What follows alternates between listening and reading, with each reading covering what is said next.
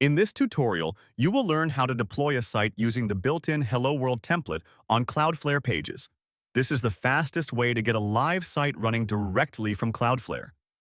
Start by logging into your Cloudflare dashboard and navigating to the Pages section, then click Create a Project. Next, choose the option to use a template instead of connecting a Git provider. From the available templates, select the Hello World template. This template is a simple starter project that Cloudflare provides, so you do not need to upload any files or configure a build process. After selecting it, give your project a name and confirm the setup to continue. Once you click Deploy, Cloudflare will automatically create and publish your site using the template. The process only takes a few moments since everything is pre-configured. When it finishes, you will be given a live Pages URL where your Hello World site is already accessible. Open the link to see your deployed page instantly.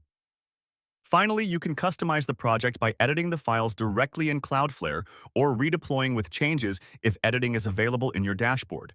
You can also add a custom domain by going into the project settings and following the domain setup instructions.